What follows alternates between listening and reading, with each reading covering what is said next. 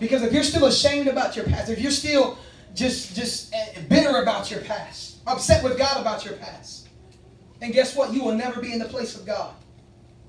You will never get to that place where God has called you and told you that you can be.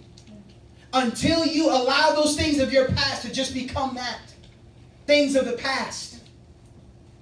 Get to a place where God can now use those things to help save someone else. That is what God desires to do. You see, there's this misnomer, this misconception that we have to get to a certain place in God before God could ever use us.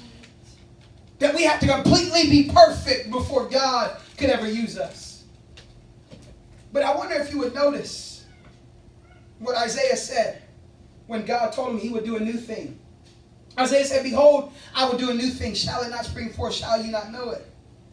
He said, I will make a road in the wilderness and even rivers in the desert.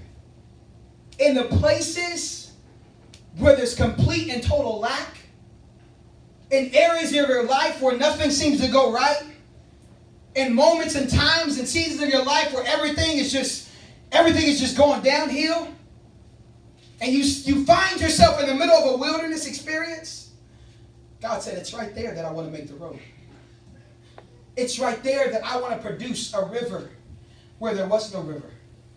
It's in the midst of whatever you're going through, no matter how dark or no matter how messed up it may be, God is saying it's right there in the middle of whatever you're going through. That's where I want to launch my ministry. That's where I want to launch my kingdom's purpose for your life. Not off the launch pad where you're completely perfect. You're just this complete and total vessel that I can now use. No. God said, I want to take the broken vessel that has some chipped edges, that has some cracks, that has some bumps, some bruises. That's what I want to use.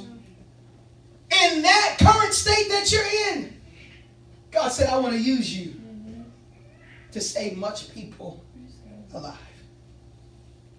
And here's what God is wanting to tell us tonight. All the mistakes of our yesterdays, even the good of our yesterdays, God is wanting to use those things in this new year to help save other people. But we have to be willing to choose Christ and get ourselves to such a place in God to where no longer the things of the past, they hinder us, they bind us, and they keep us from doing what God has called us to do.